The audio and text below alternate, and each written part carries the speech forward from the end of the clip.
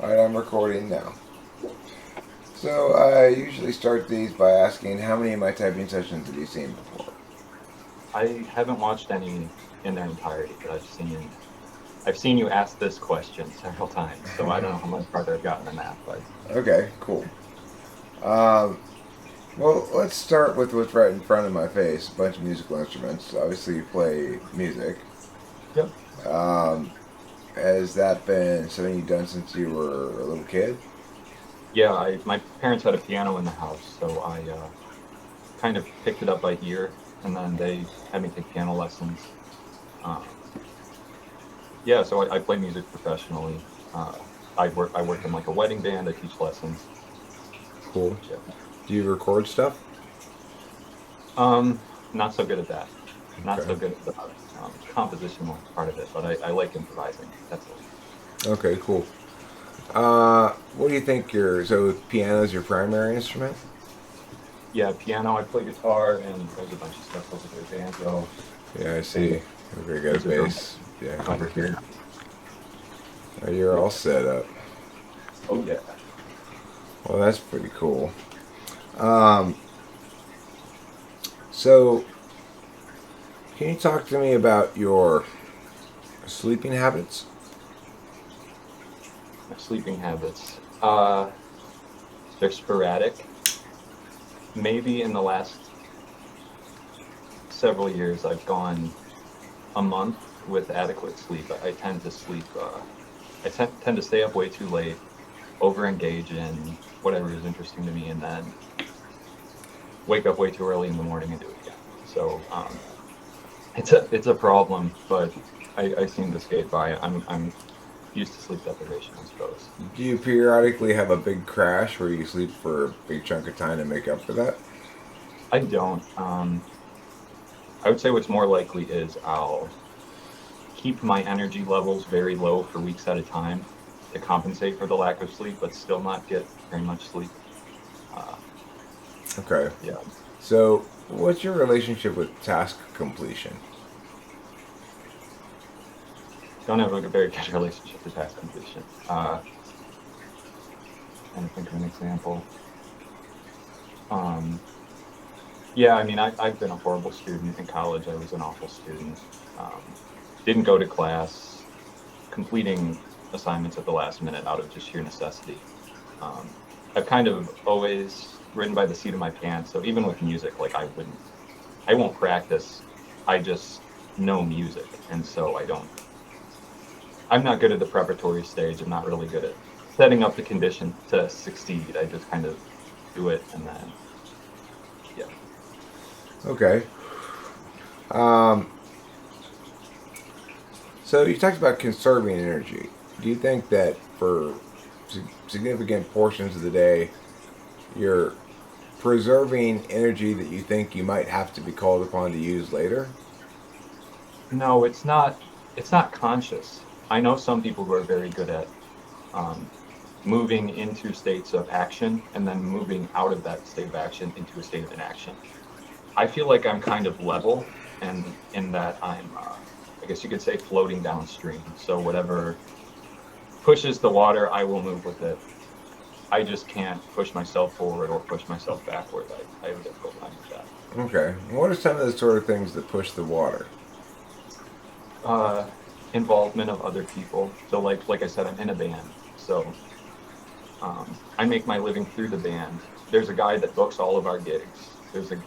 We do all of these rehearsals as a group.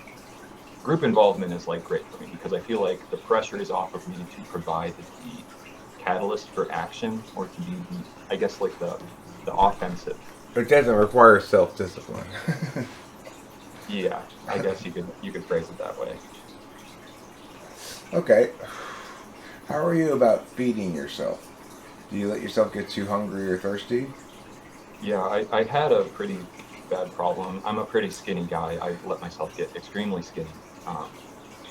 So right now, my strategy for eating is to eat kind of the same thing every day. That's very simple. So I eat like eggs over salad, and then I eat, rice or whatever, just like easy stuff to throw together, and I basically eat it all in one meal. It's very utilitarian. I have a hard time like enjoying food.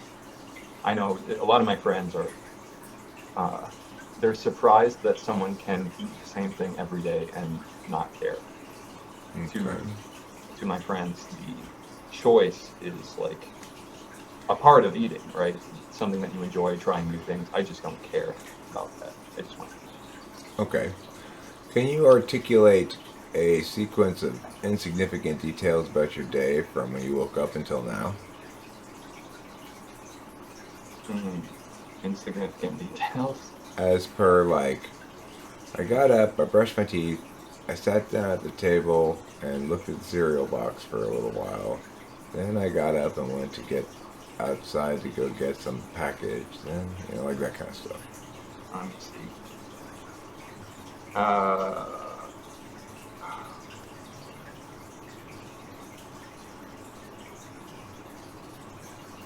I'm not sure if I could do that.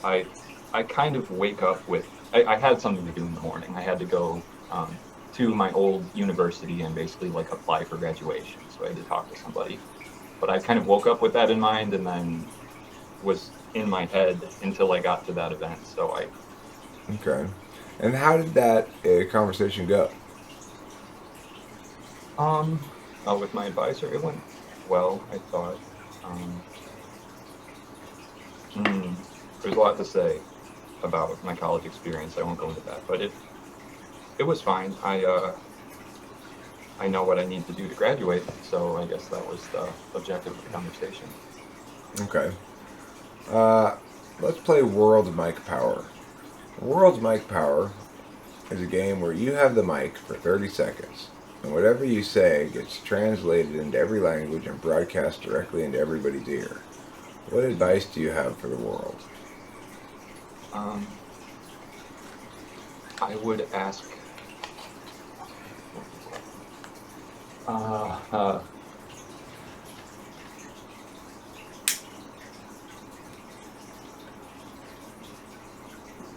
Man,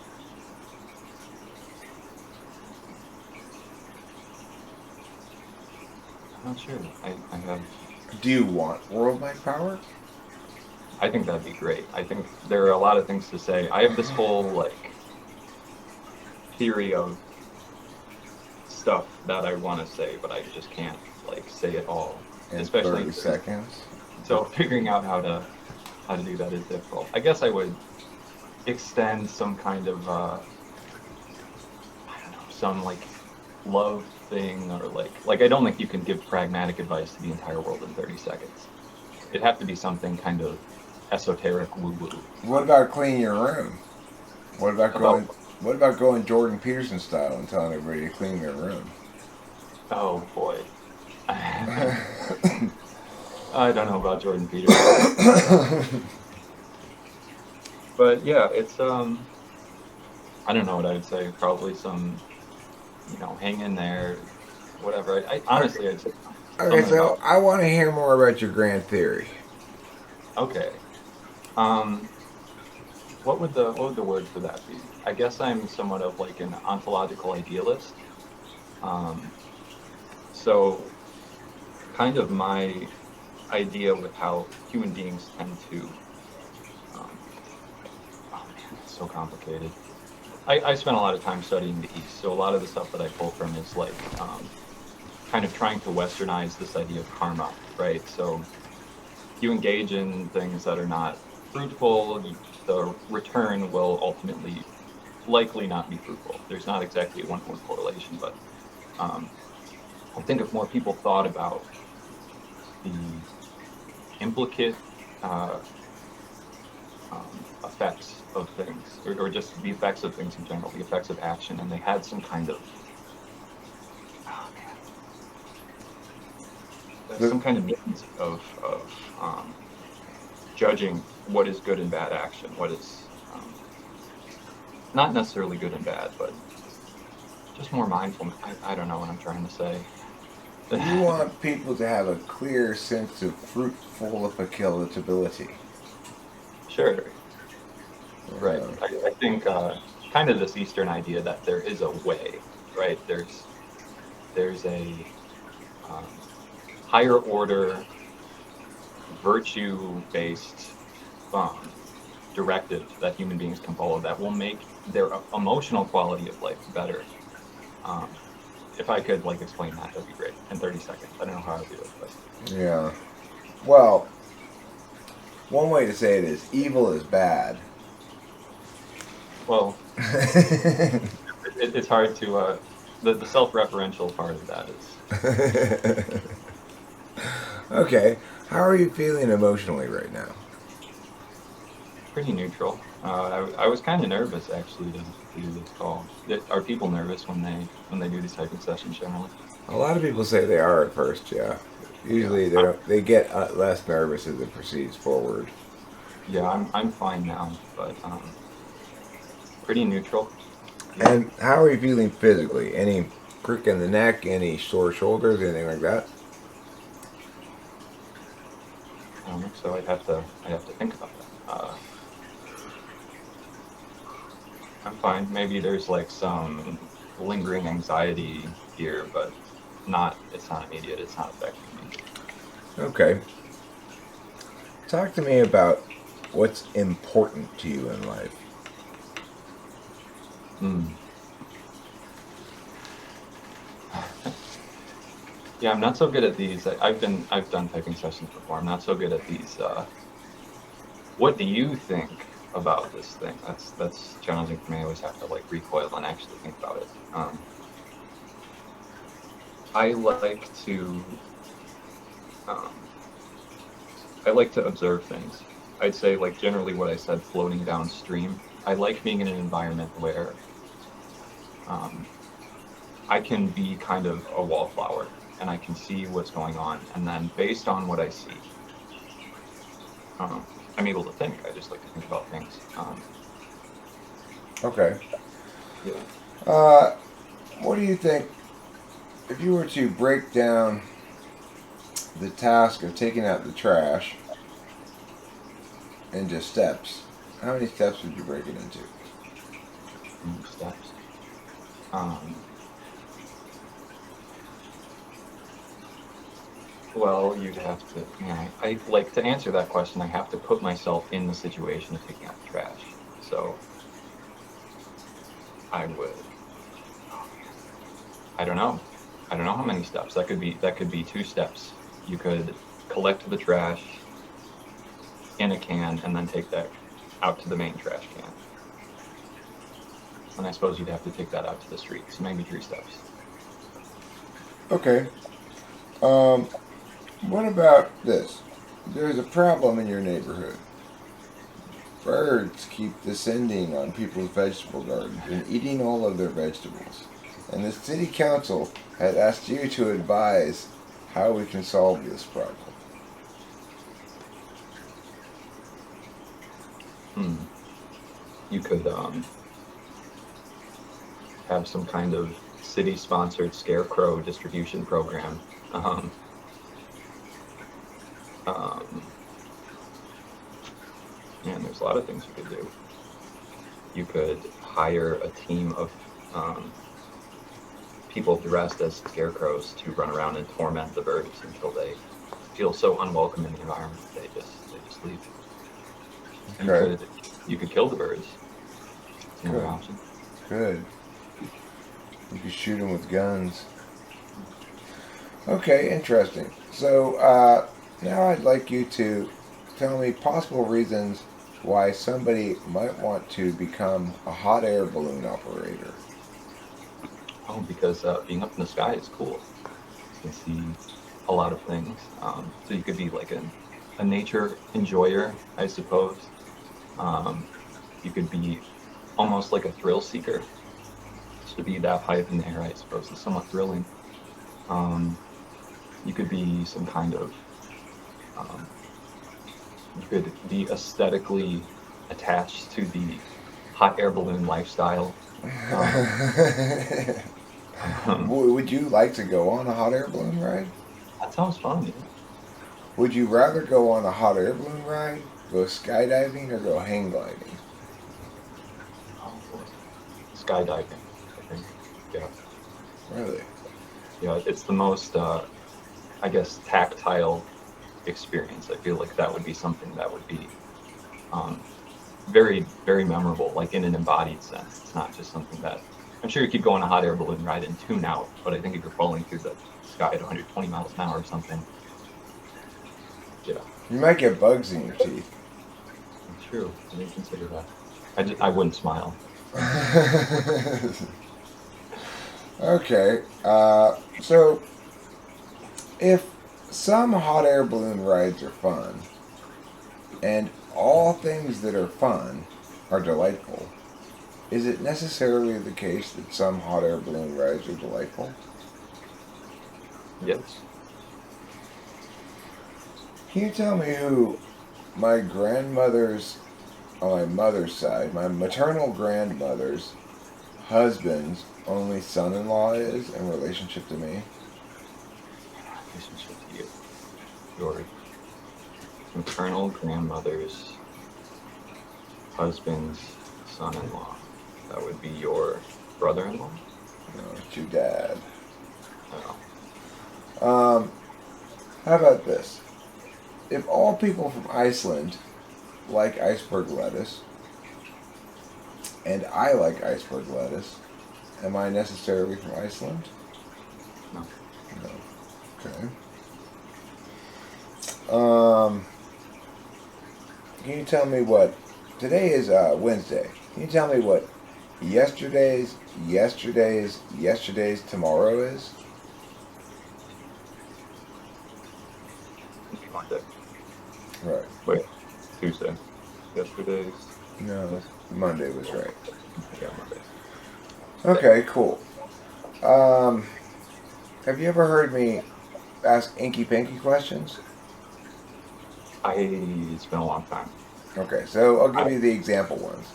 I'll give you a clue like hilltop water spout, and then I'll tell you it's an inky pinky, which means it's 2 syllables each word in the answer. And then the answer would be mountain fountain. The answer always rhymes. Okay. So, if I said bunny addiction, and I told you it's an inky pinky, what do you think the answer is? Rabbit habit? Yeah, correct. If I say, let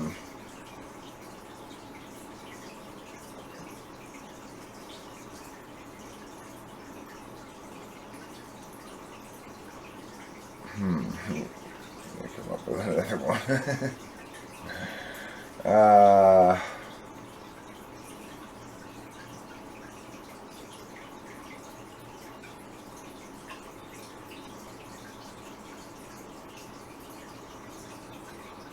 Okay, so if this is a closet for sweeping devices and it's a ink pink, what is it?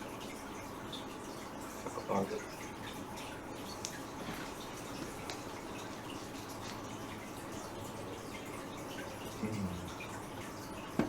Sweeper keeper? That would be a good answer, but it's an ink pink, 1 syllable each. Oh, okay. Kinting, so yeah.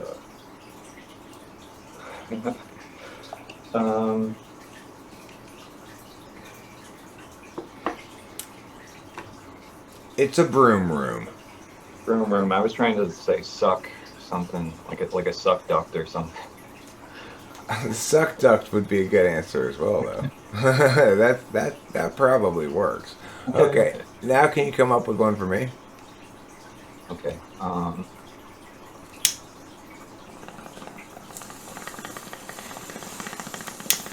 Let's see. An inky pinky for like a mixing board that is running to a sound system. Okay, inky pinky, huh?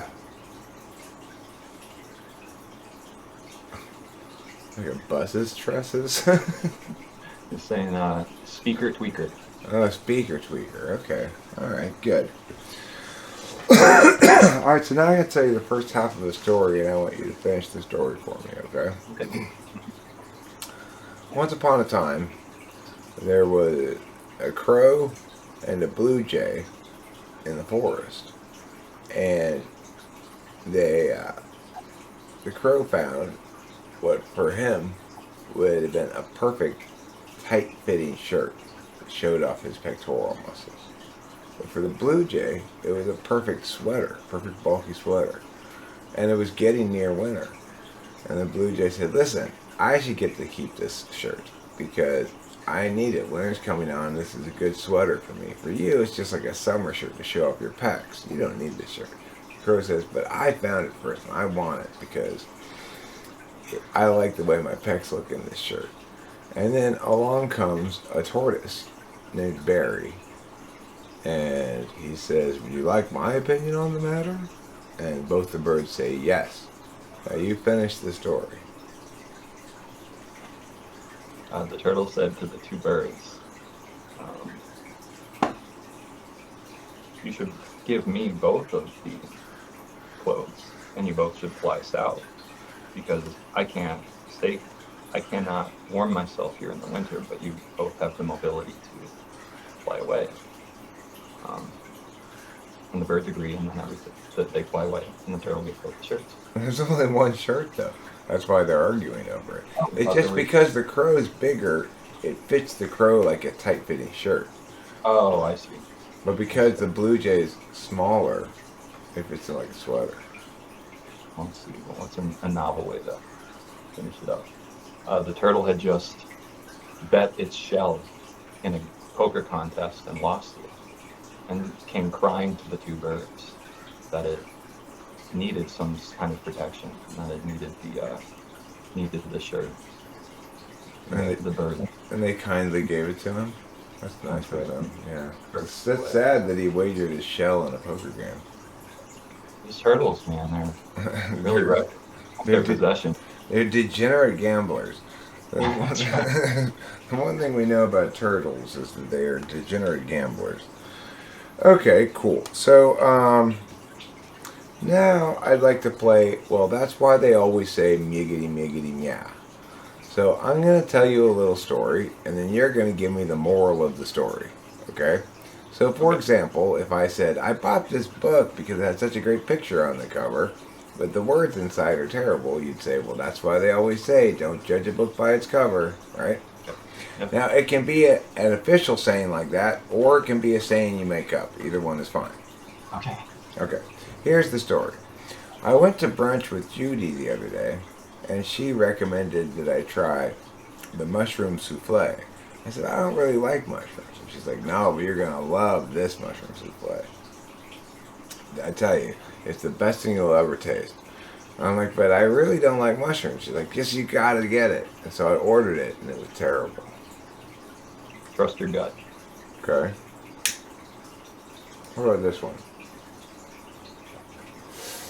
So, my engine light on my car was going on, and I was going to take it to the shop, but then all of a sudden it went off. So I was like, well, maybe it's fine. And then it went on again. And I was going to take it to the shop, and then it went off again. I said, maybe it's fine. Finally, it stayed on. I took it to the shop, and they said, boy, you should have brought it sooner because you could have avoided this big problem.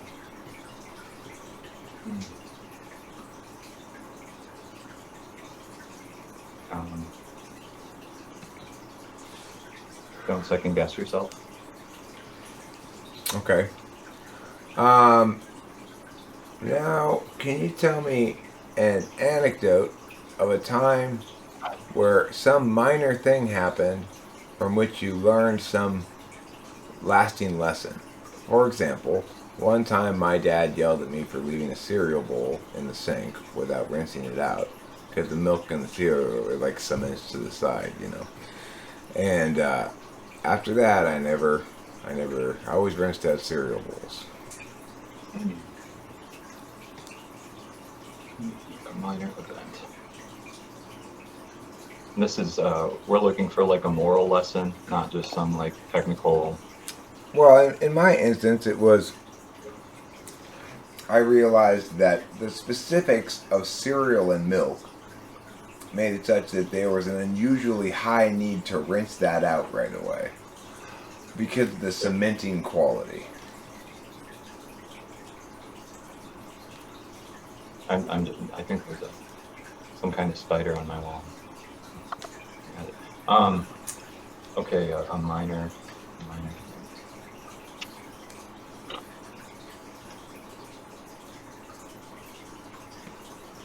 Oh Jesus, my memory is horrible with these types of things. The only thing that's coming to mind, I remember being in the second grade, and I jumped down like 5 stairs because I wanted to see if I could do it, and I fucked up my leg. And I learned my lesson that I guess it was a side thing at the time. I learned that I was a child now, and if I did some shit like that, I was going to injure myself.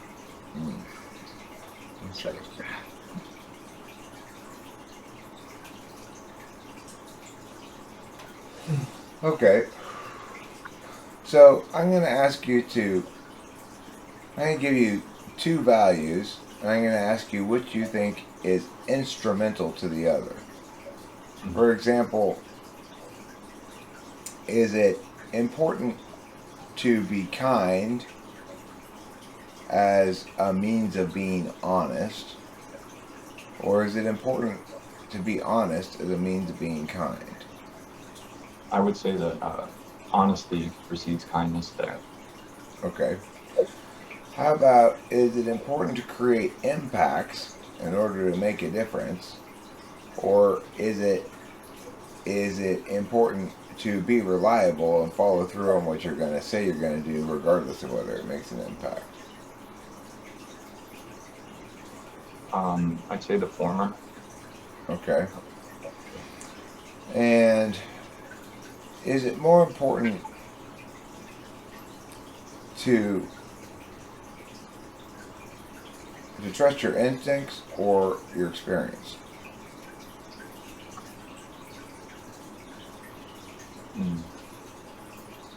That's difficult. I would generally say one's instincts,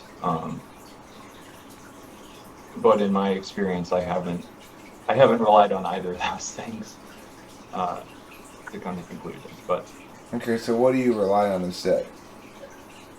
I would say generally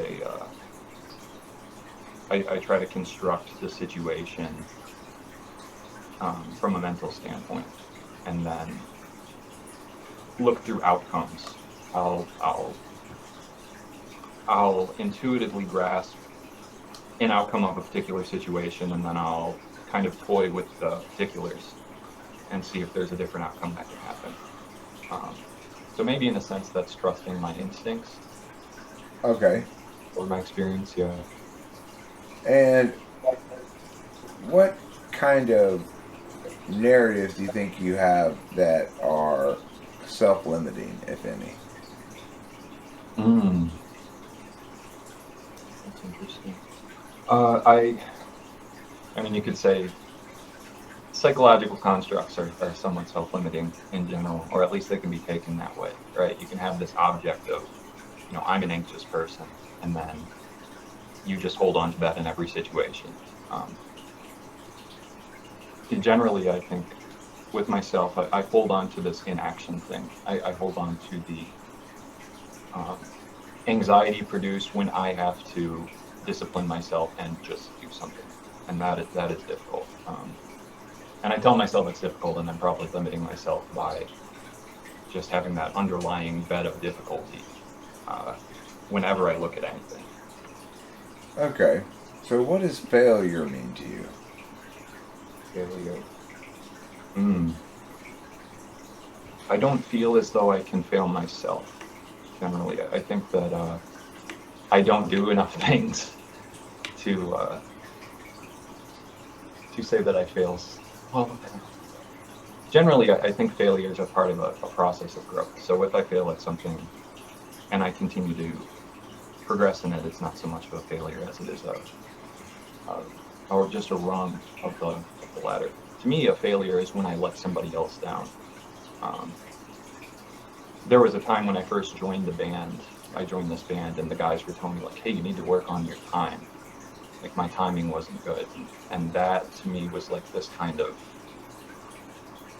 It's almost as if all of the past instances of me playing with them are recontextualized now, and I realize there's this whole metaphysical thing that they are like assuming of me, like I can't play in time, or there's a thing, and that to me is failure. It's like if I do something wrong and it's made known to me, and then I realize that everything that I had thought is now recontextualized. That's more of a failure. Maybe that's like betrayal almost of my own paradigmatic view of self. But Okay. How much do you remember about your childhood?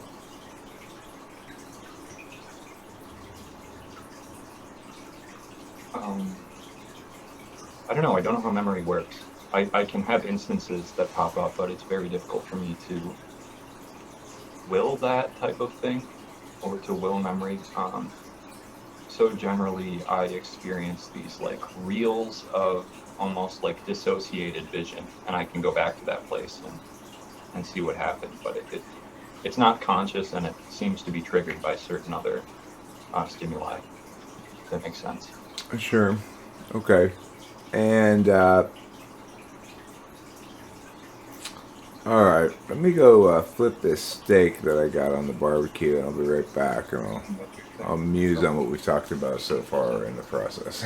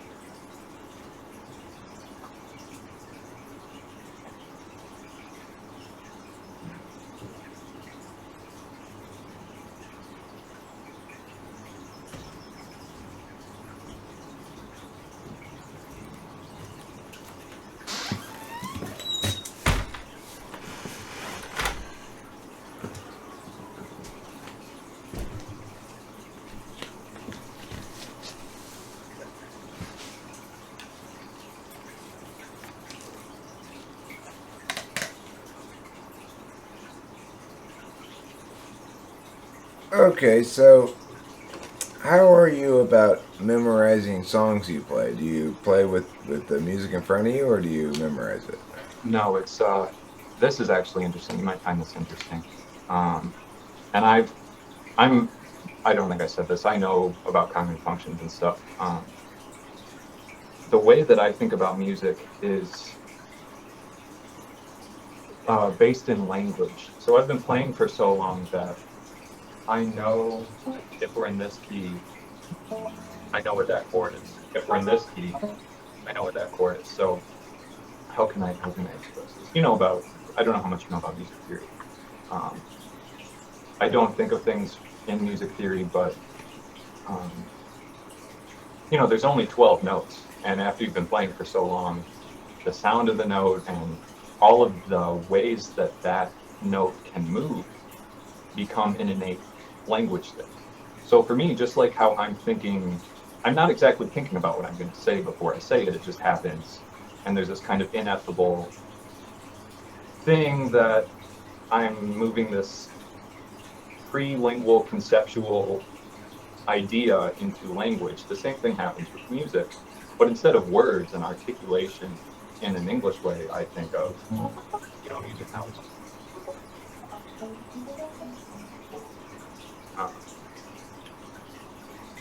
Yeah, I can't explain it without getting into music theory, but No, I get it. It's because I don't think much at all in terms of music theory myself. I'm hearing where things are supposed to go, and then my hands know what makes that sound. so for me, the way that it's supposed to go is like known. It's like a known. There are a set of shifts. Maybe this has to do with the piano versus the guitar. Because if I have a 3-note chord, this note can move here, move here. I don't know if you can hear this, by the way, but each of these things move in this very stepwise fashion. And so as I play, all those possibilities kind of emerge through whatever. I think it's the same thing as language, basically. Um, yeah. Okay, cool. So, but if you're playing in a wedding band, surely you're playing some kind of covers. Are you saying that you're not doing anything that requires you to uh, memorize like words? You're just playing. You just have to know the chord progressions. So when I listen to a song, I can play it immediately. I have immediate processing. You can play me any song that's new right now, and I'd be able to play it. And I could pick apart every element. I could play it on the drums, I could play it on the guitar, I could play it on the keyboard. So for me to play a cover, I don't have to memorize anything because the grammar and the rhetoric of music are so second nature to me that there's no memorization involved. I just hear it and it happens, if that makes sense. Huh. Well. Okay, interesting. So,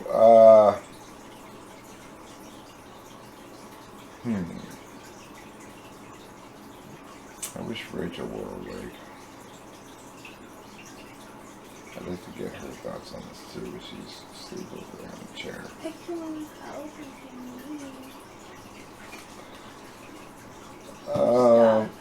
If you feel up to it, if you feel like being a trooper,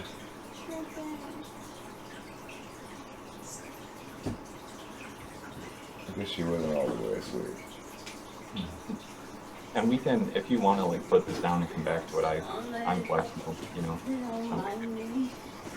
You're an interesting case. I'm not quite sure what to make of you, but I mean, I've got a pretty clear. I feel like I'm honing in on a pretty clear spot, but that's why I want to get Rachel's thoughts. I usually try to get her involved if she's in the room when I can, because I feel a lot more confident after she's talked to somebody for a little bit and I talk to her about it.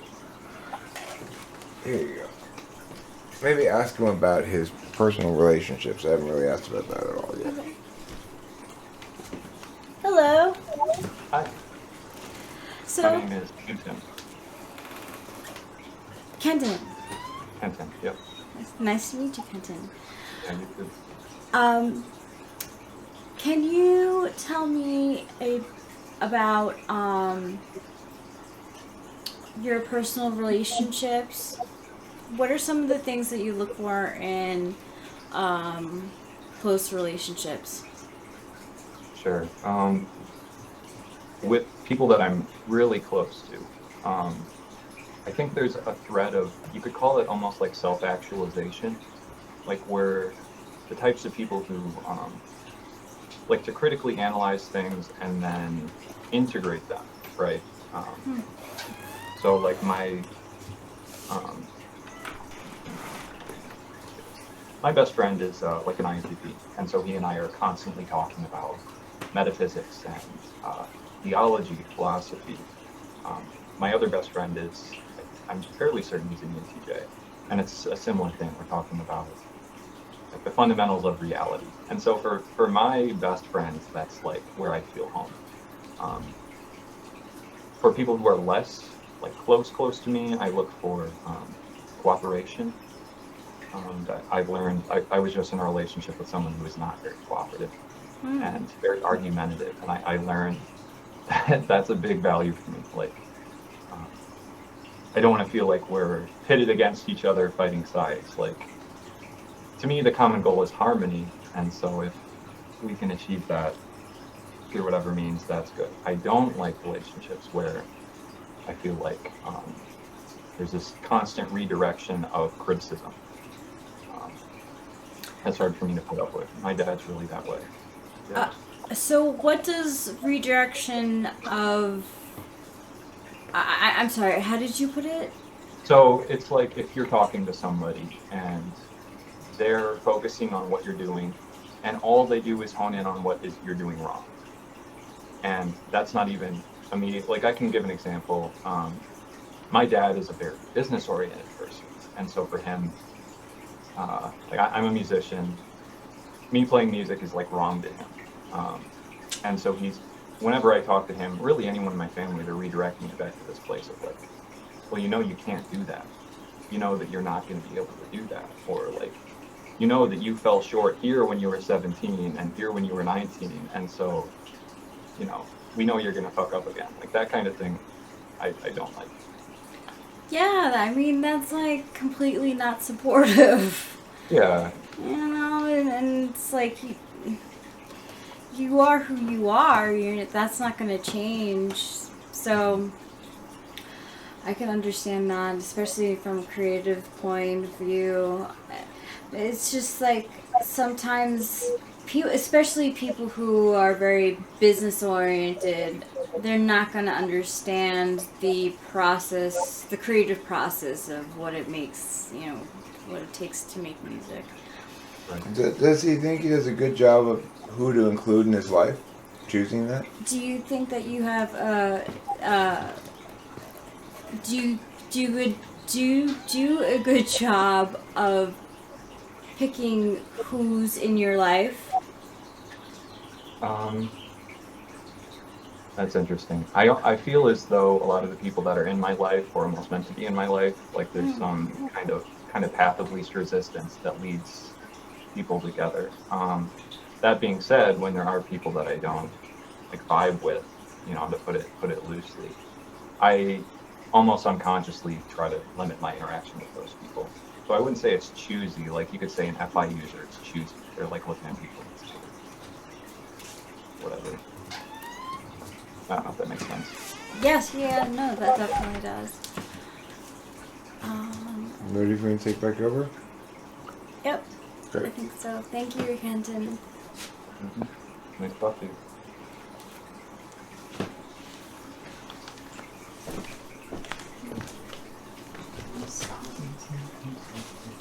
Stop. Okay. Well, just FYI, we're going to have a feast in about 15, 20 minutes here. This piece of meat I'm barbecuing is massive. Oh my god. It's been on the barbecue for an hour and 15 minutes now. Wow. Yeah, and it's like just coming into being done. So it's like this big ass roast. That's awesome. Anyhow, okay, so what makes you lose respect for somebody more? Seeing somebody being dishonest or seeing somebody being unkind? Unkind, I'd say. Okay. How about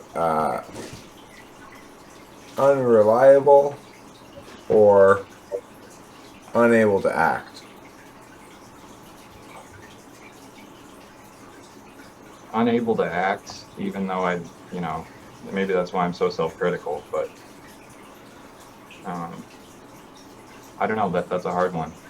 Reliability isn't so much of a hang-up for me because I understand people go through shit, and I've been a very unreliable person in the past, so I'm more willing to in both of those things, I'm willing to give the benefit of the doubt, I guess.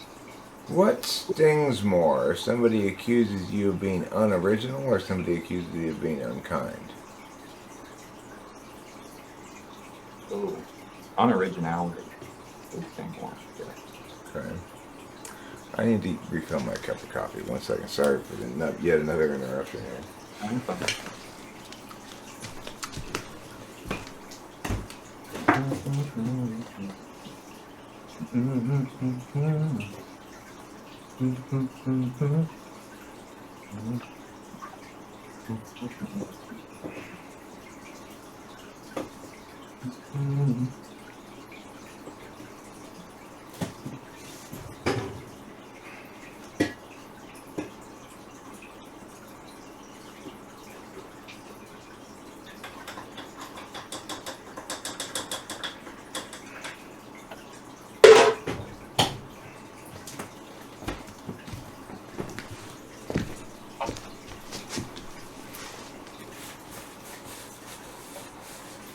Okay. What's something you think most people get wrong about you? A lot of people think that I'm like a studying type of personality. Um, I have a lot of books, and I really don't read. I have a lot of books, but I buy books to like pick out something that I want to get out of it. You know what I mean? A lot of people, you could say that that's like I think that's an SI thing, right? Like being a bookworm, like reading out of habit. Um, It I might don't know. be. It might be. My mom and dad are both big readers, and my mom was an SI Dom, my dad's SI Tool, and they read. No, my mom doesn't anymore, but my dad still reads every evening. He's reading a book. He's got the stack of books he goes through. Yeah. I think Um, a lot of people, just to finish that thought, I think a lot of people um, see me as like a hyper rational, um, like oriented towards exactitude type of person, but I'm really not that way. I just want to like have things be correct and then have a good time with other people. And sometimes like you have to be, you have to rope in the stuff, the what do you say, the inconsistencies. do you feel like you have to manage the um, the group mood? Hmm. I think um, I'm very sensitive to the group mood, but that in a group setting, I play more of a mirror role. So if people are having a good time and laughing, I'm gonna have a good time and laugh. Um, I'm not gonna. I'm always attentive to that. Uh, but how was I gonna finish that? Oh, I'm not really outgoing. It depends, when I'm with my friends, I am like the dominant personality in terms of getting the kind of the social ball rolling. But particularly in my band, I'm more of a wallflower. Um, when I'm at bars and stuff, playing gigs, like I'm out the door going to my car on my breaks. I'm not there to like, Glad hand.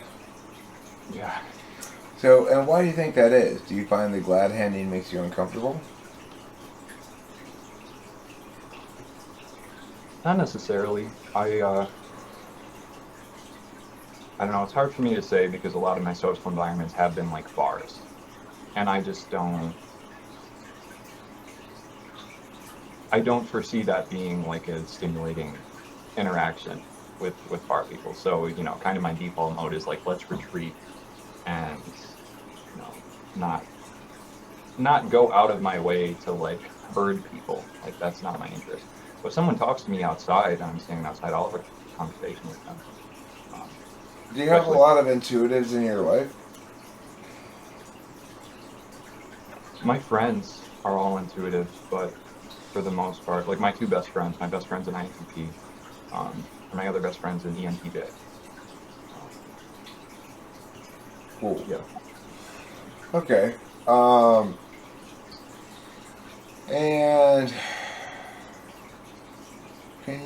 I know you touched on it briefly, but can you describe more for me your relationship with school? School. So I went to um, inner city high school. I wasn't really prepared for college. A lot of my I went to public school. A lot of my teachers let me go practice piano instead of being in class because the um, curriculum was just so piss poor, and the students didn't give a rat's ass about the teacher. So I would generally just kind of skip class and go do that. In college, I was more on my own, and I did extremely poorly. I went to school for music, and I only showed up to my ensembles, and most of the time I would skip the like music history, music theory, um, and that's not out of any kind of like I'm not pompous or anything. It's mostly because of the sleep schedule thing. Like I'd stay up until 3 a.m. if I have an 8 a.m. class. It's extremely difficult for me to just like do that. I'm tired. Yeah. Okay, so can you describe to me your going to sleep thing? Like for me, I have a going to sleep thing. I get into bed, I roll this way, I roll this way, I say right, right, right, I yawn a few times. First, I lie on my back for a stretch time. Then, finally, when I'm ready to actually go to sleep, I'll roll on my side and really settle in. Like, Oh man, can you describe something like that for me? that sounds nice. I don't. Usually, my sleep routine is I'm hanging out, I'm watching a video, I smoke some weed. At some point after smoking weed, I decide I'm tired and I get in bed and I basically just like fall asleep immediately. Um, but there's no consistency, and I don't. Oh man, it's so weird to me to think that some people do that. That they have like life routines. That like, oh, I get up in the morning, I go make my breakfast, and here I am making my breakfast today, and I'll do the same thing tomorrow and the same thing the day after that, in the same way. I don't relate to that. Okay, cool. So, I want to chat with Rachel for a minute here and see, exchange a couple of thoughts with her, and then see if I can come back with some more clarifying questions. Okay. So, what are you thinking, Rachel? You said you had no idea? So he's very. It seems like he's knowledgeable about the functions. Here, like I don't know what they get. And he seems to be. But that means nothing. I feel like I gained nothing. So his relations, he likes to talk very abstractly about things. So maybe INTP. Okay, well, here's what I'm thinking. I'm thinking he's an ENFJ. His TI is not 1, 2, or 7. Okay. His TE doesn't seem to be polar.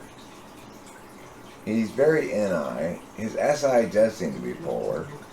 And I think he's an FE dom. So that's what I'm going to tell you. Yeah. Alright. Anything strike you as markedly inconsistent? No, in fact, I agree. I think he would agree with you. Well, let's find out. Yeah. Okay, so Rachel was up in the air about you. She really didn't know what to think from her interaction with you. Sometimes she knows more than others after interacting with somebody. What I've concluded is you're an ENFJ. ENFJ, interesting. And I suspect you probably think you're an INFJ? Yeah. Yep. Well, the thing is, you test a lot more SI polar than TI polar. And on the values questions, your values line up much more with ENFJ than INFJ. Interesting. So, I think you're an ENFJ. Okay. Do you have any? We have some time left, and I like to leave a little time after I tell somebody this because sometimes they have questions or thoughts or whatever they want to. Sure. Because I've considered FE down before. How to put this? Interestingly, I was typed by someone INFP, which is actually what led me to want to seek this typing session because my whole ontology related to personality types just fell apart. I was like observing myself and coming up with a million different reasons for a million different types. So. Well, your affect is very INFJ. Okay. And so it's not a bad mistyping, but I still think you're an ENFJ because I think your TE is not polar and I think your SI is. Interesting. That's... Huh. Also, your NE is much more 6th slot than it is 5th. Okay. 5th slot NE is kind of... well, the way you relate to music is not the way an INFJ relates to music. Mm. Yeah, that does make a bit of sense. See, I thought my rationalization for my kind of musical philosophy is this NITI thing. So I first consolidate all music down to a key center, and then from there I extrapolate all of the logic behind everything that's contained in that key center. And then I approach it that way. Not that doesn't have anything to do with anything. I mean, it sounds like a way of knowing, Mhm. primarily, which makes sense for NI tool. The way that you talked about it seemed NI tool to me, Okay. because what it's sort of treating as instrumental is the identity of the thing you're playing. Mm-hmm. So for you, the identity of the thing you're playing is its core musical identity, and how exactly you doodle over it is incidental. That's not an INFJ approach. Interesting. Yeah, that makes sense because /SE would want to really take seriously the execution of the thing, right? Oh yeah, they want to play it exactly a certain way, perfectly that way. Okay. Hmm. Yeah, I mean that's interesting. I actually typed as INTP for a long time because I had this relationship with FE. I thought, man, I'm so bad at FE. And then someone pointed out, like, you're probably FE creative, and immediately I became more social and more socially comfortable, which I think is funny. Well, Um, your TI tests as not 1, not 2, not 7, and those are the only 3 categories I can test as for TI. okay. It's either 1 or 2, it's 7, or it's something else. You're something else. Interesting. Okay. Okay, I'll have to think about that. Okay. Would you like me to share this with you privately, or are you comfortable with me publishing? I'll probably look it over. It, one of the things is I'm friends with a lot of people that are in your community. So if you're gonna post it, oh man, I guess I said my name a couple times. You can just post it, I suppose. Yeah, I don't really care. Okay, cool. Thank you. I'll do so forthwith. It'll be up probably within an hour. Okay. All right. Thanks.